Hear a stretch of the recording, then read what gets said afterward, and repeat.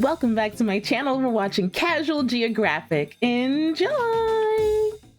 Babies are one of the most dangerous animals in the world, so I built this cage to keep them secure so there's no possible— Oh my god. Loud enough?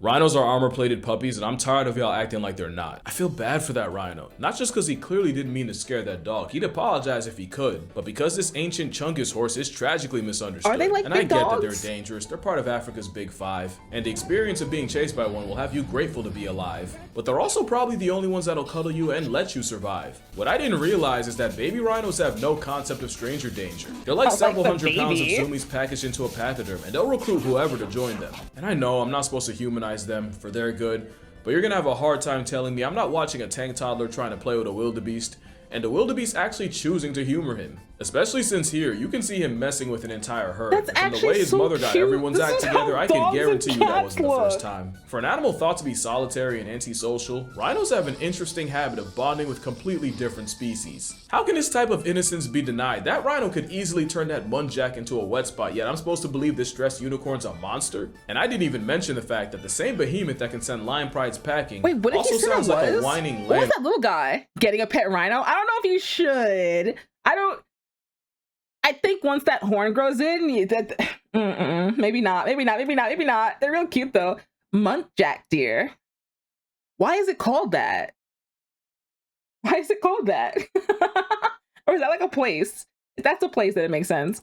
Well, like, I did not think I could love them more, but here we are. Even the clips of them allegedly being aggressive really just looks like a little guy starting stuff out of ego, and a rhino begrudgingly ending it. I can just hear him saying, "Come on, is this really what we need to be doing here?" The more you learn about the rhino, the more you understand that they're absolute units just trying to exist. The fact there's a place in the world where rhinos walk amongst the people, like through the streets like a sentient city bus, and for the most part cause no problems, should tell you something. And when you have the full context of what's happening here, it only gets more wholesome. That's scary for That's not locals, AI, but scary for CGI, me. it's just your eyes seeing Nepal. Places like Sohora have regular rhino commuters making their way downtown with the confidence of someone who's been here before. To be fair, he was and probably there first. Anyone thinking the rhinos at a place should know the feeling's likely mutual. And as humans encroach on their home turf, the mythical looking one-horned rhino is returning the favor by passing through cities to find food. You see, about 20% of the one-horned rhinos on Earth are found in Nepal, and 90% of those are in Chitwan National Park, which means residents of Chitwan— I had no idea. So rhinos are just all over Nepal? I don't hear anything ever about rhinos, like ever. Maybe that people take their horns, but like, that's it. Like just poaching. You kind of want to move there now? Take pictures, show me the rhinos. Getting a pet rhino, naming him after the rhino I met in school, Terrence. Hi, Terrence. Terrence, if you're watching, I don't know what she's talking about. have gotten ridiculously comfortable with an ancient nose horn having the right of way. I do appreciate that you have Nepalis treating a 2.5-ton grass vessel the same way New Yorkers treat celebrities. Unremarkably, and like they're nothing special. It's like both sides have an unspoken pact where nobody— For the most part, both parties respect each other's space. Even if it means the only deposit you make at the ATM is in your pants. But the reality of pachyderm pedestrians goes deeper, because low-key, a lot of them are exactly where they want to be. Almost 10 years ago, a young, basically baby rhino was rescued from a flood that separated him from his mother. The toddler was terrified, traumatized, and had likely been attacked by a tiger, and wildlife specialists worked around the clock to rehabilitate and eventually prepped the nose horn to go back to the wild. I think they did too good a job, because when the time came for his return to the jungle, the rhino named Mikoli refused. Bro took one look at the forest and knew he wasn't built for it. So every time they tried to free Mikoli, like a plus-size homing pigeon, Mikoli would be right back. So now he, and many rhinos like him, are a consistent presence in the Nepalese streets, to the point where locals can recognize individuals. Shout out to Nepal, like for real, I've already ran my mouth too much to make any more promises, but I gotta hit Chitwan and see this for myself. From a respectful distance. The concept of an animal many see as mammalian road rage coexisting with people is an image more people need to see. To be fair, these are Indian rhinos. The black ones are the ones folks say you gotta watch out for. Black rhinos are considered the— What was that? What was that? What was that? I didn't expect that at all. I didn't expect that at all. Okay. Anyway. The most on sight, which is impressive considering sight is their worst sense. Black rhinos are said to be wildly aggressive, and scientists have watched them get triggered by tree trunks and termite towers. And the same rhino ragebait that'll buck up to butterflies has one of the highest mortal combat rates of any mammal, with 50% of males dying by the horn of another, and 30% of females also flatlined by their own kind. So you see why scientists just labeled them as angry rhinocidal introverts. But turns out we were off. They're a lot more social than we thought. And with special starlight cameras beyond my comprehension, we were able to see that black rhinos in the Kalahari Desert will have secret nighttime watering hole reunions with nearly 20 rhinos at a time. And they're the opposite of their reputation. You'll hear baby rhinos having playdates in the dark with excited squeaks of joy, and you'll see adults greeting each other as old heads do. We had no idea a battle unicorn could be so social. That looks They could even be romantic too. There was a documentary of this exact thing, and my favorite part was when a male tried to shoot a shot with a female, who proceeded to ignore him for a bigger bull with a longer horn. And right when it looked like the Giga Chad was about to score, Rhino number 1 returned with an antelope skull on his face. Bold move, Cotton, and wouldn't you know, his weird vibe managed to win her over, and she actually decided to go with him. Unfortunately, he clearly didn't expect to get that far, because when the time came, he couldn't. I did not think I was gonna get secondhand embarrassment from a rhino. Somehow in complete darkness, the lights were just too bright. And because an animal half blind definitely can't read a room, the female was only able to get rid of him by pretending to be asleep. I'm not saying this is relatable, but a certain demographic definitely felt that one. And it turns out, there might be a reason why we got black rhinos so wrong. It's the fact that scientists would only study them during the day, i.e. when life in the Kalahari is at its hottest, and what they thought was antisocial behavior was really just rhinos pressed by heat stress and trying to save energy. That heat at that size, it makes sense why they'd be ornery. It's kind of like how people used to think male lions It's me, hello, hi. Hi, it's me, hello, hi, hello, hi, lions, yes, hi. Didn't hunt, but only because where lionesses catch prey in the open plains, male lions usually catch them slipping in thick brush, where it's harder to record. Sometimes it's not looking in the right place, it's gotta be the right time too, because even the big bad black rhino has a social hour. Now all this talk of Indian, black, might have you confused. There's a lot of rhinos, enough to lose track. We gonna run through the rhinos, but first you should know that the rhino party used to be poppin'. The Rhinoceratidae family has a glorious history. There was a time where you had a type of rhino for every niche you see today. Some acted like horses, some moved like hippos, a few took the roles of tapirs and elephants, and there was even one rhino that was basically... This looks like a really big tapir? Yeah? Kinda. It's weird. That's weird. Basically giraffe coded. Fun fact, the largest land mammal to ever live was a rhino. Today there are 5 species, 2 in Africa, the black and the white rhino. And right about now you're How do I say that? Parasitherium? Huge. Probably as confused as kindergarten me when folks told me I was black, but I swore I was brown. While the white rhino was actually supposed to be wide. Is that its mouth? Is that the inside of its mouth? Or is there like a problem with this creature? What? Seeing a rhino head on is kind of weird. As in their wide mouth, is the easiest way to tell them apart because you won't be able to unsee it. Black rhinos apparently got their name from their skin post mud bath. Think of that one elephant picture. But yeah, a big mouth and black face is basically how they got their name. In Asia, you'll find the last 3 types. The pride of Nepal is the Indian or one-horned rhino. They're the ones that look aesthetically ancient. Then you have the smallest species of rhino, the Sumatran, at barely 2,000 pounds. Mind you, rhinos are the second largest land animal. 2,000 pounds is basically baby girl weight. They also have by far the cutest children. Like, these genuinely look prehistoric. I don't know. I mean, he said the cutest, but it looks a little scuffed. He's a stuffed little baby. I really can't get enough of this. Look at this dude, just a woolly little guy. I like how fuzzy it is. And then you have the incredibly rare Javan rhino. Though to be fair, you could probably call any rhino rare. Matter of fact, let's run through where they stand. The white rhino has 2 subspecies. The southern white rhino went from less than 50 to now nearly 2,000. The northern white has 2. That's the end of the sentence. 2 left. Fatu and Naji. We'll talk about them later. Black rhinos remain at less than 7,000, and estimates say that over 2,700 are southern central rhinos, over 1,400 are eastern black rhinos, and over 2,600 are southern. black rhinos. There was also the western black rhino, but they got discontinued in 2011. We can't say they were discontinued. Check the age of the video. Adel, you're not gonna tell me this is an old video and that there's less than 2 now. You're not gonna say that to me, right? You're not gonna say that to me, right? No, this is 9 days ago. 9 days ago. It's fine. There's still 2. There's still 2. There's still 2. Hopefully.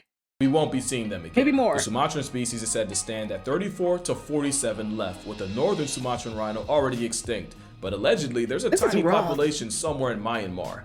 Actually, for their sake, no, there isn't. Then there's the Bornean rhino, said to have less than 5 left. Any other Sumatrans after that are Western Sumatrans. Don't get bored, we're almost done. But you also have the Indian and the Javan rhino, which are monotypic. There's so meaning many they have no types, too. subspecies, and their numbers are estimated at over 4,000 and about 50, respectively. So yeah, the rhinos aren't doing too hot, and some may be a history lesson for the next generation. Now, I know I said the armor puppy thing, but there's a difference between a pit bull and a piss fit that can rotate a jeep. Most animals will ignore safari play cars with wild and the animals. people in it. It's like the fourth wall. So it really says something that rhinos will showcase a habitual disregard for them. And even though I literally gassed this same scene up, even this can escalate into an obituary. Especially since these rhinos have something the ones in Africa don't. And that's the ability to punch holes in you with more than just a horn, as Indian one-horn rhinos also have sharp, tusky incisor teeth that can bleed you. Locals in Nepal have gotten their legs and ribs fractured in attacks, and one man even went into Chitwan National Park to look for vegetables, and his dead body was later found with bite marks with rhino tracks nearby. Oh my in God. an area with elephants, tigers, and sloth bears, rhinos— Wait, so they found the guy's body. Do they not eat meat? They don't eat people? What about RimWorld? This whole setup? Because that's kind of what my RimWorld looks like. Wild animals all over the place. They're herbivores. Okay. No. It's for the best. It's for the best that they don't eat people. Because I was thinking they're going to be more like hippos, right? Where they'll just consume. Oh my god, I just locked in the hippo incident. The rhino incident. I was trying to preserve my sanity, Pete. How dare you bring that back? How dare you take me back to that moment? Anyway. Those are some of the most dangerous animals alive, and mostly for an unfortunate reason. Rhinos might not be as blind as we used to think, and more recent studies put their vision at about the level of a rabbit. It's just that their long distance is really only good for clocking movement. From over 100 meters, they can't tell a tiger from a tourist, and prey PTSD means they'll crash out with extreme prejudice. But the rhinos don't exactly get off scot-free. Locals in Nepal protecting crops have put up electric fences, and rare one-horns have been found dead by electrocution. One of them was even pregnant, and poaching is still very much a problem. And obviously not just in Nepal. Wait. Poaching's a problem. Are they taking their tusks, their teeth? They're not just taking the horn, they're taking their teeth?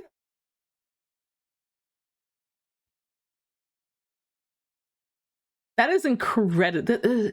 Poaching is so cruel. It is so cruel. It is so cruel. They are doing things to help, but first I feel like we lost the vibe we had going earlier. So before we get into that, how about a pit stop somewhere a little less serious? Are you aware of how rhinos flirt? It's endearing, unhinged, at some point straight up out of pocket. You can probably tell that those horns are for more than just attracting mates, but it's when the male wins that things really get weird. Imagine getting into the equivalent of multiple human car crashes for a girl, and as soon as you approach your princess, she becomes a track star. The female rhino will literally lead the winner on, and the male can chase after her for hours. Nah, several days, weeks even. Like, I bulked up for you and you're gonna make me do cardio? And you know she knows what she's— Did you say for weeks? They run up for weeks? 2-ton anger coming at you from the dark, no thanks? Absolutely not. No. I'd rather go to a place and come see them and then go back home. I don't want to be with them. Doing, because sometimes she'll stop, give him a little kiss, and keep running. Jury's still out on what exactly is the method. Some say it's testing the male to prove himself so she doesn't have an out-of-shape deadbeat polluting her gene pool. It's also been said that the male might be chasing the girl to keep her in his territory, where he still has jurisdiction, which might explain the whines and whimpers he makes while chasing. She got my boy begging for it. Have some pride. It'd be like that. Sometimes they reverse roles, and the female starts chasing the male while whistling at him. So after getting a grown man to whimper like a no-no audio, she then catcalls him. I promised out of pocket. But if the habitual ritual leaves him with any pride, he'll capitalize and make the most of his time by spending up to an hour with his USB in her port and can upload his DNA data nearly 90 times a session. That felt so dirty to say, which is not only impressive for two animals the size of a sedan. He has such a way with words. He has such a way with words. And that endurance is probably why people are obsessed with turning their horns into, okay, we'll get to that. A year and some change later, you'll get one fully cooked rhino calf born weighing as much as a human man. And I promise you, you're not ready for the rush of dopamine baby rhino zoomies come with. You'll be happy to know they don't exactly grow out of it when they get bigger either. Pre-puberty rhinos playing is a prescription you didn't know you needed. Really It'll melt the coldest heart. Respectfully, I don't care how thugged out you are. My boy frolicking. Life can't be that bad. I did reach a little bit when I said they disregard stranger danger. They're such mama's boys, they'll square up with anyone and anything that even looks at their mom the wrong way. Apparently that includes safari trucks. They'll Leroy Jenkins a pride of lions too. So actually they do acknowledge stranger danger, just not for themselves. And wildlife vets trying to save a mother can find themselves beefing with a brolic baby. I'm sure with years of vet school, not a single second prepared them for that. Just know that if you're gonna tranquilize the mom, you should probably keep a dose or two for her dependent, or else everybody going to sleep. That is a big baby. Baby rhinos can spend up to 4 years with their mom, so it makes sense why they'd ride for her. But it's also why orphan rhinos have such a hard time. I don't care how tough you think you are. If you read the stories of a baby rhino, they're so pettable. Look at that. Look how the babies are so cute. Look at this little guy. Rhino's first night in an orphanage, it'll absolutely break your heart. These babies are often severely traumatized and spend the night calling out to their moms. Some will refuse to eat, and some will even smash their heads into the walls out of stress. As depressing as that is, it's also why babysitting a rhino full-time is a legitimate career option. Major respect to the beautiful souls doing it. Most times, rhinos— New career opportunity just dropped. Do you want to raise a rhino? Sign up now. Social workers have to sleep in the same pen as their adoptees to help with the separation anxiety. Sleep being the optional word, since rhino caretakers have to feed the calves every 3 hours. The rhinos get so attached to their humans that workers have to leave an article of clothing or something that smells like them in the pen if they ever have to be away for long. Or else you'll have a half-ton toddler crying, and nobody wants to hear that. It doesn't take long until you have a Serengeti Subaru that comes running when called. I would do they can learn their highly names. questionable, possible unethical things for Warren. That is my baby boy. Also, no shade, but Warren got better recall than some of y'all's dogs. Y'all need to lock in. I cannot stress enough how healing the fact that rhino cuddler is a viable profession. Just ask her. Jamie Trainer, aka the manager of the Rhino Orphanage, but if you ask the rhinos, they'll just say that's mom. Jamie's made it her life mission to rescue and rehabilitate orphan rhinos. Sometimes that means sleepovers where she keeps a sick newborn warm with her own body heat. Sometimes it's taking the tyke out for a run. Sometimes it's wallowing in mud so one of her babies, like Ollie, have the confidence to do it too. And sometimes it just means being a pillow. As a reward, she's one of the few people alive that can claim this picture. I just know she's the goat at 2 truths and a lie. I'm gonna link her story and YouTube channel cause, like I said, she's the freaking goat. But if rhinos bonding with people is a surprise, let me tell you, they'll bond with anything with a pulse. Daisy and Majestic were 2 orphans placed together at the Wild Rhino Sanctuary, and they've been locked in ever since. As they sleep together, eat together, and I'm pretty sure Majestic thinks she's a rhino. Considering Daisy was found sick and alone only 12 hours after she was born, and Majestic was found severely anemic and suffering during a rainstorm, I don't think it's a stretch to say they pretty much saved each other. If I had a nickel for every time an orphan zebra and rhino became best friends, I'd have at least 2 nickels. It's not a lot, but Titan and Naughty basically recycled the same script. Is that a baby elephant? Oh nah, get me there now. There's also the rhino that bonded with a goat, and I defy you to tell me he's not trying to run exactly like his friend. Then there's a rhino that was adopted by a cat named Mewy.